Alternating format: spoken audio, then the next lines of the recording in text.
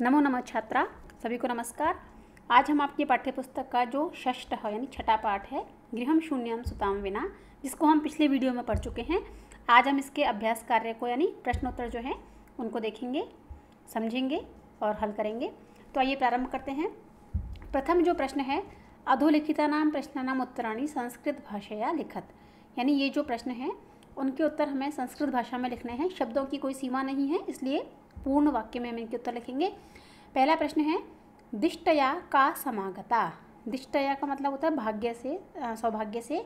का यानी कौन, समागता यानी आई। भाग्य से कौन आई? तो हमने देखा था कि राकेश ने कहा था कि शालिनी तुम भाग्य से आ गई हो, तो उत्तर होगा दिष्टया शालिनी समागता, यानी भाग्य से शालिनी वहाँ आई थी। द्वितीय प्रश्न है, राकेशस्य कार्यालय का निश्चिता। राकेश के कार्यालय यानी ऑफिस में का यानी क्या, निश्चिता यानी निश्चित हुई थी। क्या होना हुआ निश्चित हुआ था? तो हमने पाठ में पढ़ा था कि वहाँ कोई अर्जेंट मीटिंग निश्चित हुई थी, तो उसके लिए आएगा राकेशस्य कार्यालय महत्वपूर्ण गोष्ठी। कोई आवश्यक जो मीटिंग थी, गोष्ठी थी, वो निश्चिता यानी निश्चित हुई थी। और जो अगला है, राकेशः शालिनीं कुत्र गन्तुं कथयति। कुत्र यानी कहाँ। राकेश जो है वो शालिनी को कहाँ जाने के लिए कहता है भोजन के समय बात करते हुए। तो हमने पढ़ा था कि वो उसको डॉक्टर के पास जाने के लिए बोलता है। तो राकेशः शालिनीं मालया सह चिकित्सिकां प्रति, यानी माला के साथ तुम डॉक्टर के पास चली जाओ, ऐसा राकेश शालिनी को कहता है कि तुम माला के साथ चले जाना कल डॉक्टर के पास। और अगला प्रश्न है, सायंकाले भ्राता कार्यालयात् आगत्य किं करोति। शाम के समय जो शालिनी का भाई है राकेश, वो अपने ऑफिस से आकर के क्या काम करता है? तो हमने पढ़ा था कि वो हाथ पैर वगैरह धोता है, फिर पूजा करता है, दीपक जलाता है, ये सब। तो सायंकाले भ्राता कार्यालयात् आगत्य हस्तपादादिकं प्रक्षाल्य, यानी हाथ पैरों को धो करके, वस्त्राणि परिवर्त्य, कपड़े परिवर्तित करके, पूजा गृहं च गत्वा, और पूजा घर में जा करके, दीपम प्रज्वाल्य, दीपक को जला करके भवानी स्तुतिम करोति, भवानी की, माँ भवानी की या दुर्गा माँ की पूजा करता है, स्तुति करता है। अगला प्रश्न है, राकेशः कस्याः तिरस्कारं करोति। तो राकेश ने किसका तिरस्कार किया था या वो किसका अपमान करता है? तो वो सृष्टेः उत्पादन्याः शक्तियाँ, यानी वो पुत्र पुत्री में भेद करके सृष्टि की उत्पादन जो शक्ति है, जो कन्या है, उसका तिरस्कार करता है। ऐसा शालिनी ने उसको कहा था कि सृष्टि की उत्पादक शक्ति का तुम तिरस्कार कर रहे हो। और जो प्रश्न है, शालिनी भ्रातरम काम प्रतिज्ञां कर्तुं कथयति। जो शालिनी है वो अपने भाई राकेश को कौन सी प्रतिज्ञा करने के लिए कहती है?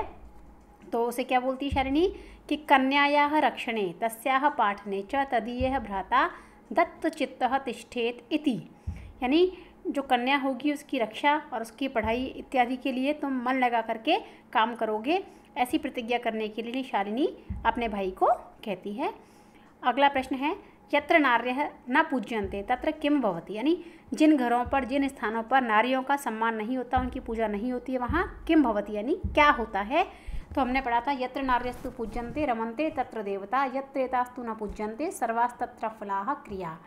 तो श्लोक के अनुसार जहाँ पर नारियों की पूजा नहीं होती है वहाँ सर्वाः क्रियाः अफलाः, सभी प्रकार की जो कार्य हैं अफल हो जाते हैं, यानी फल रहित हो जाते हैं, कोई भी सफलता वहाँ नहीं मिलती है, ये इसका अर्थ है। और इसके साथ ही हमारा जो प्रथम प्रश्न है वो पूर्ण होता है।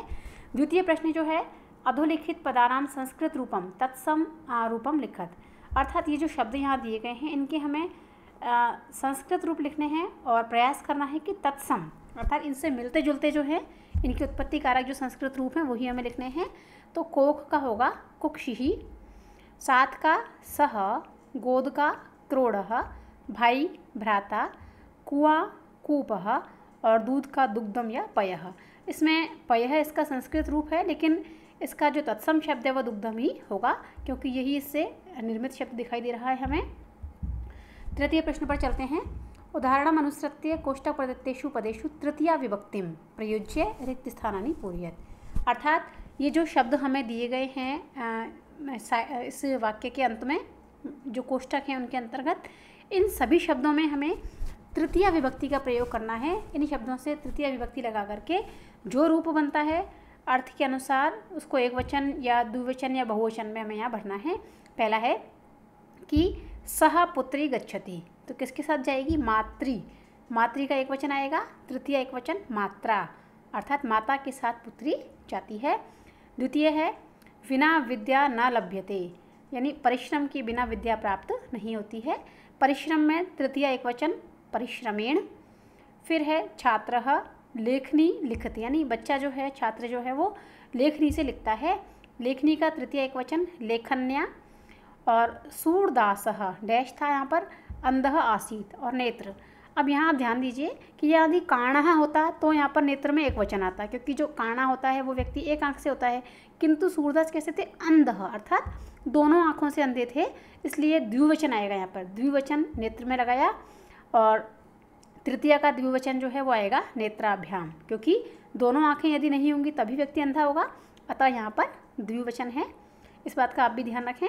यदि यहाँ काणः होता तो नेत्रेण आता यहाँ पर, जबकि यहाँ अंधः है, अतः यहाँ आएगा द्विवचन नेत्राभ्याम। फिर अगला वाक्य सह साकं समयं यापयति, वो मित्र के साथ समय यापन करता है, तो तृतीय विभक्ति एक वचन मित्रेण साकं, दोस्त के साथ। इस प्रकार हमारा तृतीय प्रश्न भी पूर्ण होता है। चतुर्थ प्रश्न है क स्तंभे विशेषण पदम ख स्तंभे विशिष्य पदम तयो मेलनम कुरुत। यहाँ हमने क और ख स्तंभ में ऑलरेडी इसका मेलनम करके लिखा हुआ है, तो आप समझ लीजिए इसके करने का तरीका क्या है। जो विशेषण होता है और विशेष्य होता है, इनमें ये बात याद रखने की होती है कि जो विशेषण होगा और जो विशेष्य होगा उन दोनों के लिंग विभक्ति वचन हमेशा एक से होंगे, तो हमें पहचानने में सुविधा हो जाती है। स्वस्था मनोदशा, स्वस्थ मनोदशा हो गई। महत्वपूर्ण गोष्ठी, आवश्यक गोष्ठी थी। जघन्यम कृत्यम, बड़ा ही खराब कार्य था। और क्रीडंती पुत्री, यानी खेलती हुई बालिका। कुत्सिता वृत्ति, खराब मानसिकता।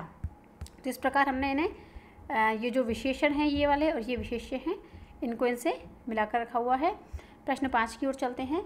इसमें हमें पदानाम विलोम पदम पाठात चित्वा लिखत, यानी ये जो शब्द दिए गए थे इनके विलोम पद, इनके अपोजिट जो हैं हमें पाठ से चुन करके लिखने थे, तो हमने यहाँ लिखे हैं। श्वः का मतलब होता है टुमारो, आने वाला कल। ह्यः इसका विलोम होगा जिसका मतलब होता है यस्टरडे या बीता हुआ कल। प्रसन्ना का होगा विमना, यह अप्रसन्ना भी होता है किंतु पाठ में विमना दिया गया है तो ये ज़्यादा उचित है। वरिष्ठा का कनिष्ठा, वरिष्ठा यानी बड़ी और कनिष्ठा यानी छोटी। प्रशंसितम गर्हितम या कुत्सितम, प्रशंसितम का मतलब जिसकी तारीफ़ की जाए और गर्हितम का मतलब जिसकी निंदा की जाए, जिसकी बुराई की जाए। और प्रकाशः अंधकार आप सभी जानते हैं। सफला का विफला और निरर्थक का सार्थक, ये सामान्य से और हमने पहले पढ़े हुए हैं, इस प्रकार के हैं, तो इनमें कोई समस्या नहीं है। अगले प्रश्न की ओर चलते हैं। छठा जो प्रश्न है वो कहता है रेखांकित पदमाधृत्य प्रश्न निर्माणम कुरुत, यानी जो पद हमने रेखांकित देखा है इसे भी आप बहुत पहले से करते हुए आ रहे हैं, तो आशा है आपको जरूर जल्दी समझ में आएगा। प्रसन्नतायाः विषयोयम, अब आप यहाँ देखिए प्रसन्नताया स्त्रीलिंग षष्ठी एक वचन, ये प्रसन्नता का विषय है, तो ये कस्याः विषयोयम, ये किसका विषय है? स्त्रीलिंग षष्ठी एक वचन।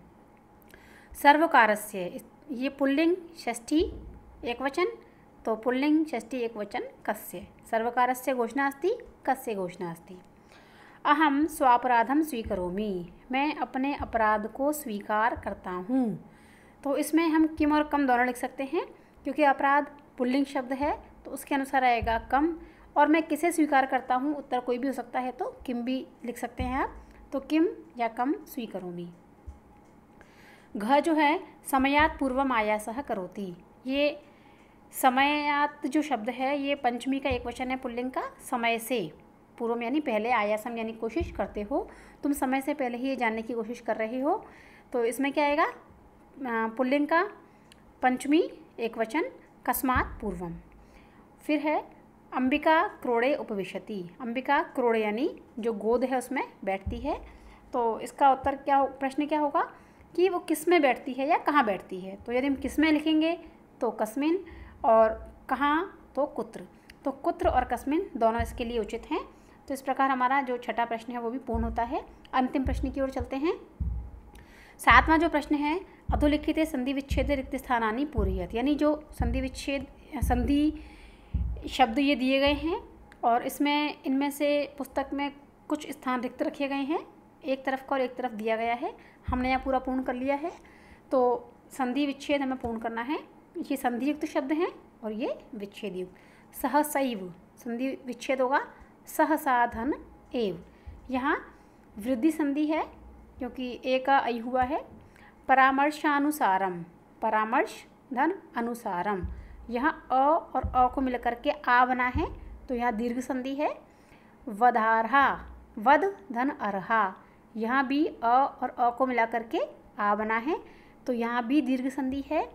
अधुनैव अधुना धन एव, इसमें भी आ और ए को मिलाकर के बड़ा ए या ऐ बना है अतः यह भी होगी वृद्धि संधि।